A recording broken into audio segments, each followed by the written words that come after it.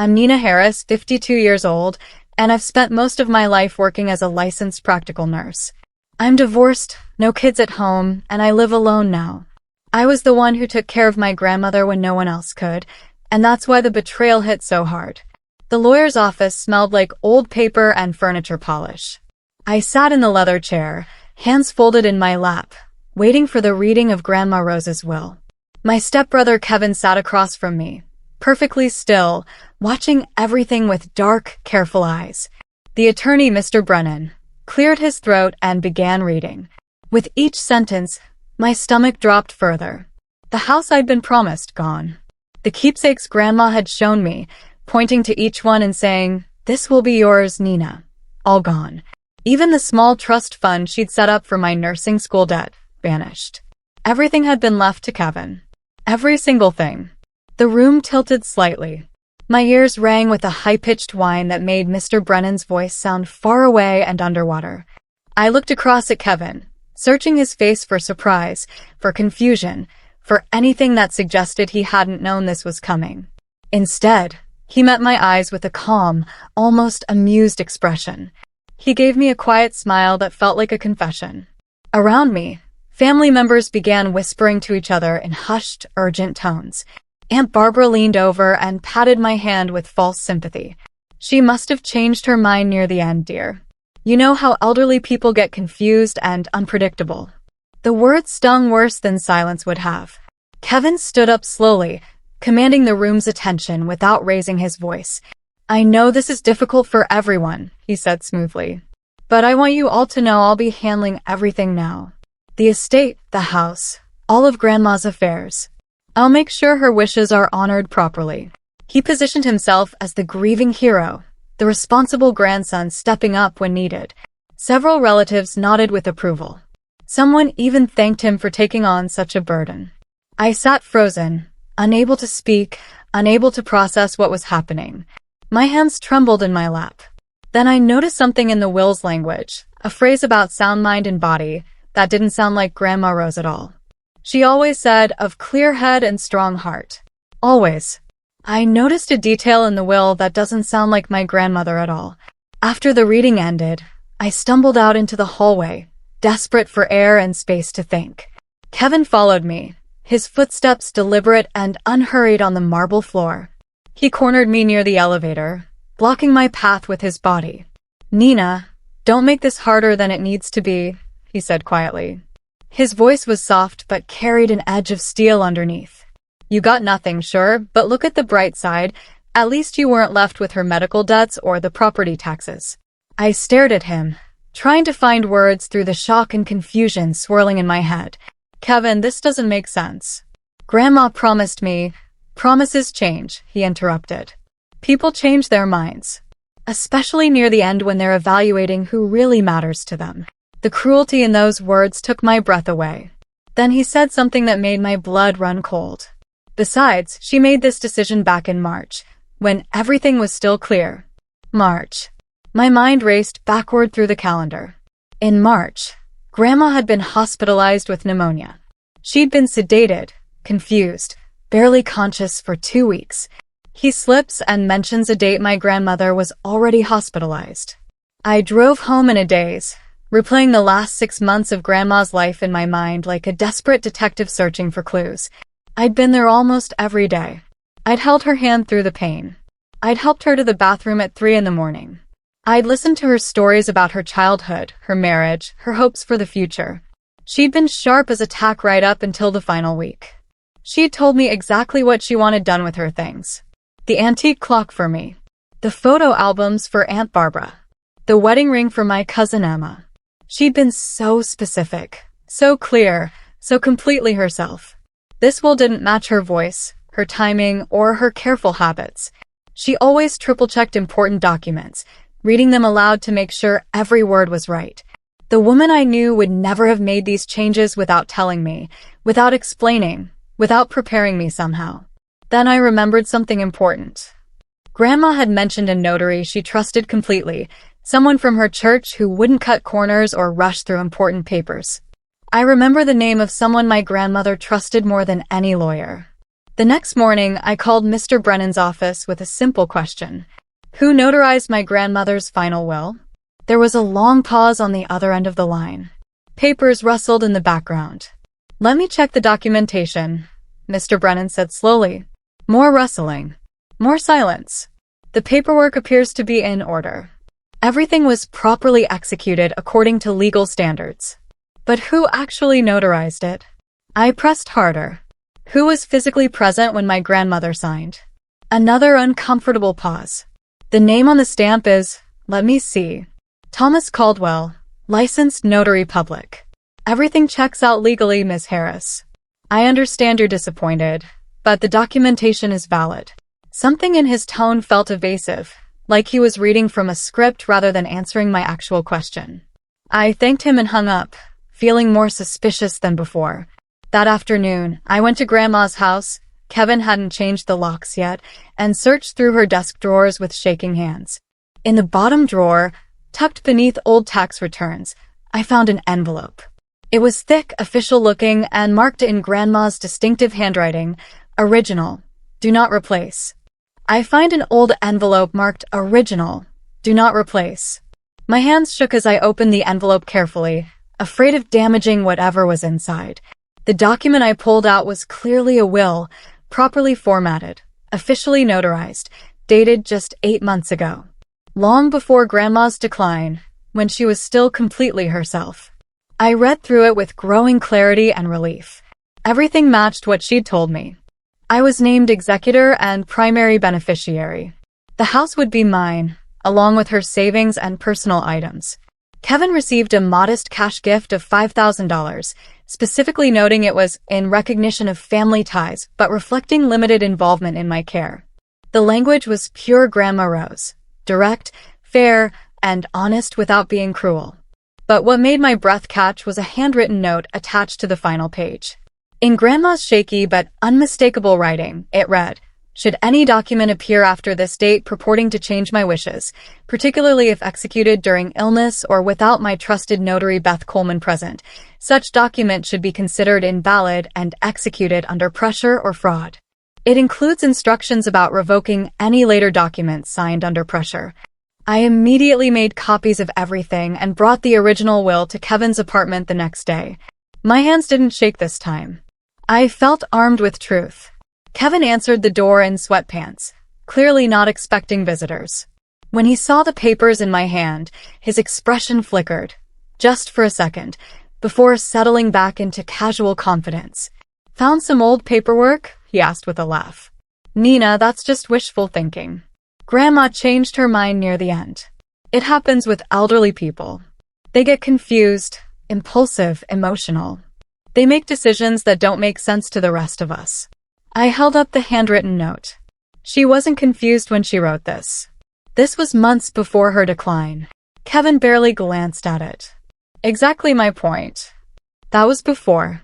Things changed. She realized I was the one who could properly manage her estate, not someone drowning in nursing school debt and barely keeping their own life together. The insult landed like he'd intended it to. But then he said something that gave me exactly what I needed. Besides, by the end she could barely remember her own name. The doctors said so. He unknowingly contradicts a medical report I still have. I'd kept everything from Grandma's final months. Every medical report, every doctor's note, every evaluation. That night, I spread them across my kitchen table and reviewed them with my nursing training fully engaged. Dr. Patel had been meticulous in documenting Grandma's cognitive status throughout her illness. The reports were clear, detailed, and damning to Kevin's story. On March 15th, the date Kevin claimed Grandma had clearly chosen to change her will, Dr. Patel's notes showed she'd been heavily sedated with morphine and lorazepam for pain management and anxiety. Her cognitive assessment that day was marked severely impaired, patient unable to state current date, location, or recognize family members consistently. There was absolutely no way she could have legally executed a will that day. No ethical notary would have allowed it. No honest lawyer would have proceeded. I had the proof that Grandma hadn't been capable of making legal decisions on that specific date. But I also knew from my nursing experience that capacity issues alone wouldn't overturn a will in court. I needed proof of actual fraud or undue influence. Capacity issues alone won't overturn a will without proof of influence. I needed more than medical records. I needed to prove the will was fraudulent, not just executed during a bad moment. I thought back to Grandma's note, to the name she'd mentioned multiple times as her trusted notary. Beth Coleman. Grandma had insisted on using Beth for everything important. Her living will, her power of attorney documents, even the deed transfer when she refinanced the house 5 years ago. Beth doesn't cut corners, Grandma had told me firmly. She asks the hard questions. She makes sure you understand every word before you sign anything. That's the kind of person you want handling important papers. I looked at the new will again, at the notary stamp in the corner. Thomas Caldwell, not Beth Coleman. Why would Grandma suddenly switch to someone she didn't know and trust, especially for the most important document of her life? It didn't make sense. Unless she hadn't switched at all. Unless someone else had arranged for a different notary without her knowledge or real consent. That name is not the one listed on the will. I found Thomas Caldwell's office address through the state notary database and drove there the next morning. It was a small storefront office in a strip mall, sandwiched between a nail salon and a tax preparation service. Mr. Caldwell was a thin, nervous man in his 60s who seemed startled when I mentioned my grandmother's name. Rose Harris. He frowned, flipping through a ledger on his desk. I don't have any record of notarizing documents for anyone by that name. My heart started pounding. But your stamp is on her will. I have a copy right here. I showed him. He studied it carefully, his frown deepening into something that looked like genuine alarm. This is my stamp, yes. The number matches. But I never met this woman. He looked up at me with worried eyes. My stamp was reported stolen 6 months ago. I filed a police report and everything. Someone broke into my car and took my notary kit. The room seemed to tilt. Stolen. Yes. I got a replacement stamp, obviously, but the old one never turned up. He paused, studying my face with sudden understanding. Did someone show up at her house? He asks me one chilling question. Did someone show up at her house? The pieces started falling into place with horrible clarity. During Grandma's final weeks, when she was too weak to leave her bed, Kevin had taken control of everything. He'd volunteered to help manage visitors so Grandma wouldn't get overwhelmed. He'd screened her phone calls, saying she needed rest. He'd coordinated her care schedule, deciding who could visit and when. I'd thought he was being helpful, finally stepping up after years of barely being present in Grandma's life. Instead, he'd been isolating her, controlling access, creating the perfect conditions to manipulate documents without witnesses. I remembered now. There had been a day I'd stopped by unexpectedly, and Kevin had seemed annoyed, almost panicked. He'd rushed me out, claiming Grandma was sleeping and shouldn't be disturbed. Had someone been there that day? Someone with a stolen notary stamp? Someone willing to forge Grandma's signature while she was too weak and medicated to understand or resist. The thought made me physically ill. Mr. Caldwell agreed to give a sworn statement about his stolen stamp and the fact that he'd never met my grandmother. I thanked him and left, already planning my next move. The notary agrees to give a sworn statement. I didn't confront Kevin again. I learned that lesson already. Instead, I contacted a probate attorney named Ms. Rivera who specialized in contested wills. She listened to everything, the medical records, the stolen notary stamp, the earlier will with Grandma's handwritten note, Kevin's contradictions about the timeline. This is a strong case, Ms. Rivera said carefully. But contested wills are expensive and emotionally draining. Are you prepared for what this will put you through? I thought about Grandma's hands in mine during those long nights. About her voice telling me stories, trusting me with her wishes, believing I'd have the strength to honor her memory properly. Yes, I said. I'm prepared. Ms. Rivera filed a formal petition to review the will's execution, quietly, professionally, by the book. We requested court review of the notarization, questioning its validity based on the stolen stamp and Grandma's documented incapacity on the date in question. 3 days later, Kevin received official notification that the will was being contested. According to Aunt Barbara, who called me immediately, Kevin had turned white reading the papers. My stepbrother is notified and panics. Within a week, Kevin had launched a full campaign to turn the family against me. He called relatives one by one, painting me as greedy, unstable, and delusional. Nina can't accept that Grandma saw through her manipulations, he told people. She's trying to rewrite history because she didn't get what she wanted. It's pathetic, really. Some relatives believed him immediately, eager to take sides in family drama. Aunt Barbara stopped returning my calls. Uncle Frank sent me a cold text saying I should be ashamed of myself for disrespecting Grandma's final wishes. Cousin Emma blocked me on social media without explanation. Each rejection stung, but I kept moving forward. The truth didn't need everyone to believe it right away.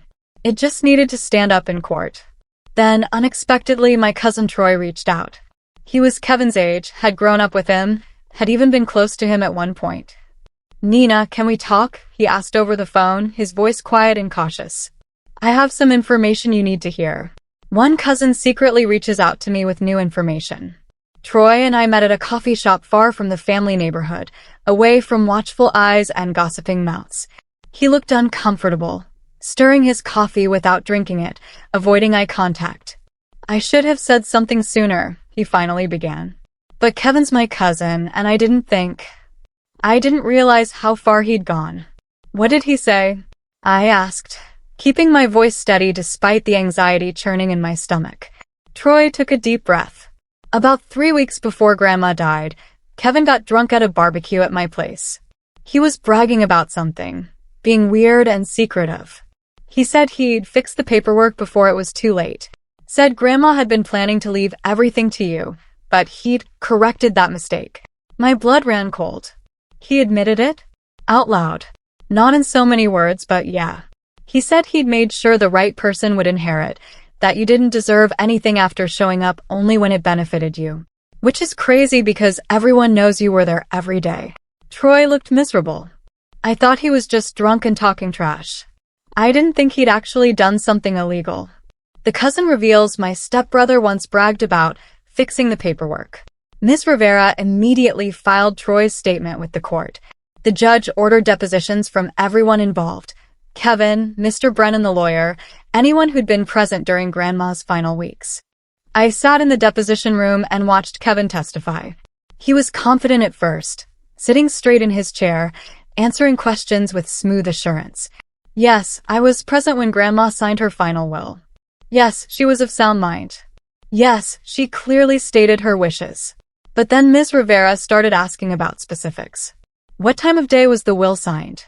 Kevin hesitated. "Morning, I think. Or maybe afternoon." "Who else was present?" "Just Grandma, the notary, and me." "Can you describe the notary?" Older man. Glasses. Quiet." "Did he verify your grandmother's identity?" "Yes, of course." "How?" Kevin's face twitched. "The usual way. He checked her ID or something. Your grandmother's ID was in her purse in her bedroom closet." "How did he access it?" Silence. Kevin's lawyer leaned over to whisper something to him. The dates and names didn't line up. He couldn't remember who was present when the will was signed.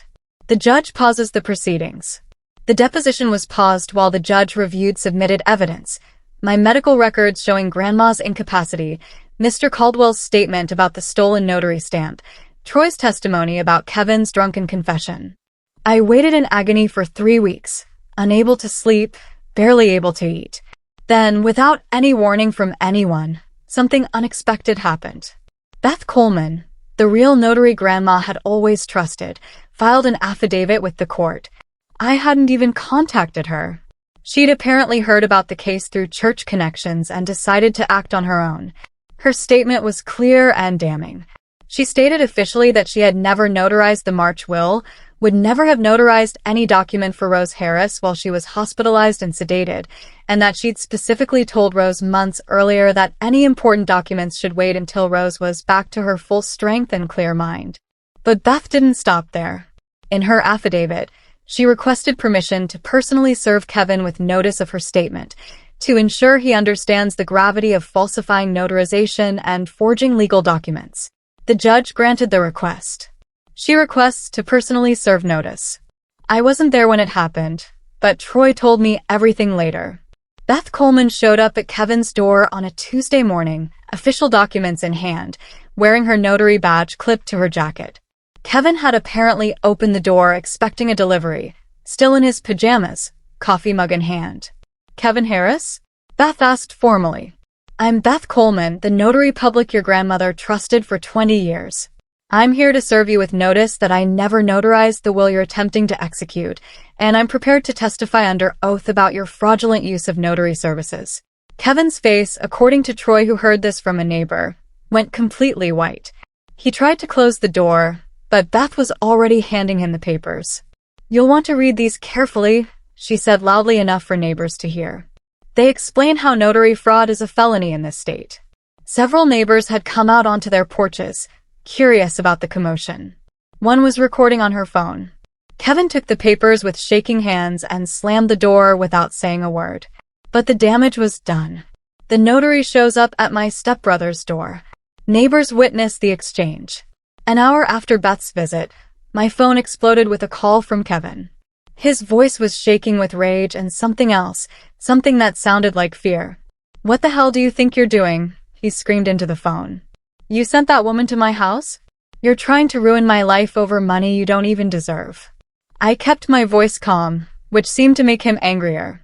"I didn't send anyone, Kevin." Beth acted on her own. "Because she knows the truth." "The truth?" He laughed, but it sounded brittle and desperate. "The truth is you're a vindictive, selfish person who can't accept that Grandma didn't think you were responsible enough to handle her estate. The truth," I said quietly, "is that you forged documents using a stolen notary stamp while Grandma was too sedated to know what was happening. And now everyone knows it." The silence on the other end lasted several long seconds. When Kevin spoke again, his voice had completely changed. The anger was gone, replaced by something calculated and careful. "What if we settled this?" he asked. "Outside of court. We could split things fairly. You get some cash, maybe a few items from the house. We both walk away." For the first time, he sounds afraid. He offers a settlement. "No," I said simply. The word felt powerful in my mouth. Kevin had expected me to negotiate, to compromise, to accept some reduced version of what Grandma had wanted for me. That's what the old Nina would have done. The one who avoided conflict, who kept peace at any cost, who let people walk over her to maintain family harmony. But I wasn't her anymore. "No settlement," I continued.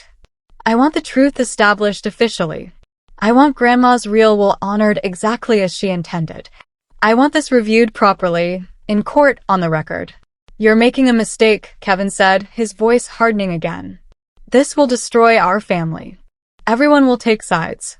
Holidays will be ruined. Is that what you want?"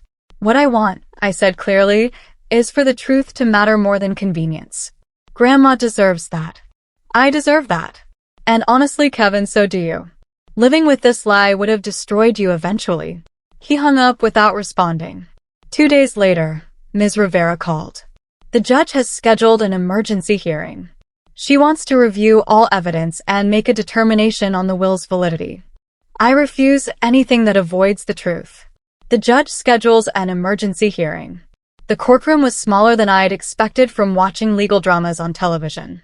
Just a plain room with wooden benches, fluorescent lights, and an air of serious purpose.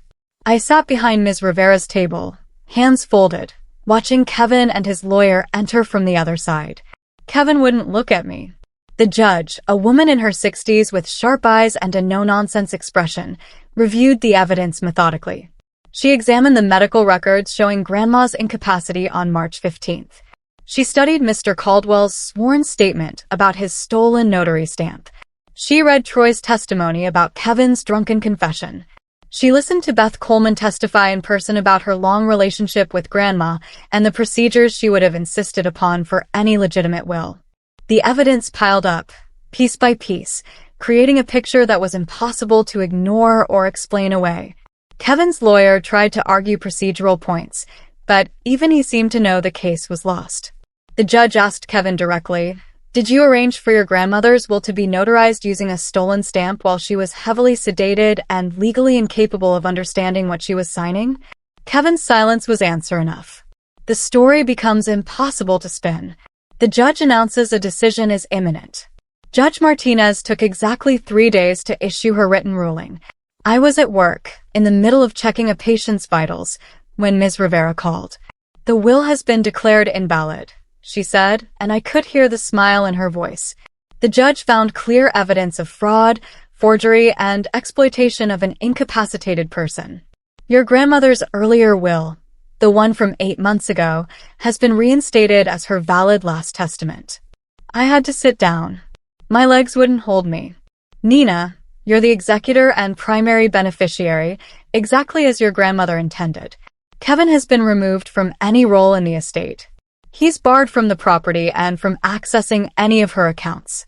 The relief was so overwhelming I couldn't speak. "There's more," Ms. Rivera continued.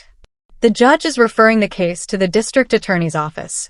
Kevin could face criminal charges for notary fraud and elder exploitation.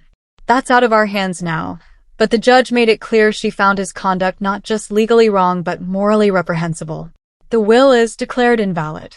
The previous will is reinstated. My stepbrother is removed as executor. The judge addresses misconduct. Kevin didn't face criminal charges in the end. The district attorney decided the case was strong but prioritized cases with direct financial harm to vulnerable victims, and technically Grandma had passed away before Kevin could liquidate any major assets. But the civil penalties were significant. He was ordered to pay all court costs, both his and mine. He was required to reimburse the estate for any funds he'd already taken from Grandma's accounts. And he was permanently barred from serving as executor or trustee for any estate in the state. The family reactions shifted dramatically after the ruling became public. Aunt Barbara called me crying, apologizing for doubting me, saying she'd been manipulated by Kevin's lies. Uncle Frank sent flowers with a card that said simply, "I'm sorry. You were right." Even Cousin Emma unblocked me and sent a long message about how she'd felt pressured to take Kevin's side, but had always suspected something wasn't right. Some of these reconciliations felt genuine. Others felt like people hedging their bets now that the truth was official. I accepted the apologies but kept my emotional distance. Loyalty that only appears after victory isn't really loyalty. While no criminal charges are pursued, my stepbrother faces civil penalties and loses access to the estate entirely. Family reactions shift dramatically.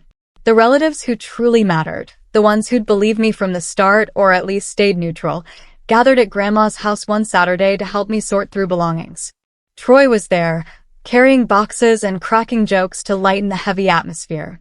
Beth Coleman stopped by with homemade cookies, telling stories about Grandma that made everyone laugh and cry. Even Mr. Caldwell, the notary whose stamp had been stolen, came by to apologize in person for not preventing the fraud somehow. "You couldn't have known," I told him. "You reported it stolen. You did everything right." People asked me what I planned to do with the house, with Grandma's savings, with all the responsibility I'd inherited. I told them the truth. I would honor Grandma's wishes exactly as she'd laid them out in her real will. The antique clock would stay with me, ticking in my living room. The photo albums would go to Aunt Barbara. The wedding ring would pass to Emma. A portion of the savings would fund nursing scholarships at the community college where I'd gotten my training. The rest would help me finally pay off my own student loans, just as Grandma had always wanted. Relatives who doubted me apologize. Some admit they were afraid to speak up. I walked through my grandmother's house alone. One evening after everyone had left, I walked through Grandma's house alone for the first time since her death. The silence felt different now, not empty but full of memories and presence. I ran my fingers along the banister she'd polished every Saturday. I sat in her favorite chair by the window where she'd done crossword puzzles in the morning light. I opened her closet and breathed in the faint scent of her lavender sachets. In her bedside table, tucked beneath her reading glasses and a half-finished mystery novel, I found one final envelope. It was addressed to me in Grandma's handwriting, sealed with wax the way she used to seal special letters. My hands trembled as I opened it carefully, not wanting to tear anything. Inside was a letter dated 3 months before her death, back when she was still fully herself. I sat on her bed and began to read. Her words were classic Grandma Rose, direct, loving, and brutally honest about the people around her. She wrote about watching Kevin over the years, seeing his character, understanding his resentments and entitlement. "If you're reading this," she wrote, "it probably means Kevin tried something after I was gone. I'm sorry you had to fight, sweetheart. But I'm not surprised. One final letter remains unopened. The letter warns me about my stepbrother. I kept reading through tears that blurred the ink. Nina, you've always been the strong one, even when you didn't see it yourself. You think you're weak because you're kind, because you care for people, because you avoid conflict. But real strength isn't about being loud or dominating. It's about standing up for truth even when it's hard, even when people you love turn against you. Grandma's words felt like arms around me, like her voice in my ear. Kevin will try to paint you as greedy or vindictive for fighting back. Don't believe him. Wanting what's rightfully yours, wanting truth and justice, isn't greed. It's dignity. You deserve dignity, sweetheart. You always have. The letter continued with specific instructions I'd already followed, reassurances that her will was her true wish, and a final paragraph that made me sob openly. Thank you for being with me at the end. Thank you for the care and time you gave when others couldn't be bothered. You didn't do it for inheritance, you did it for love.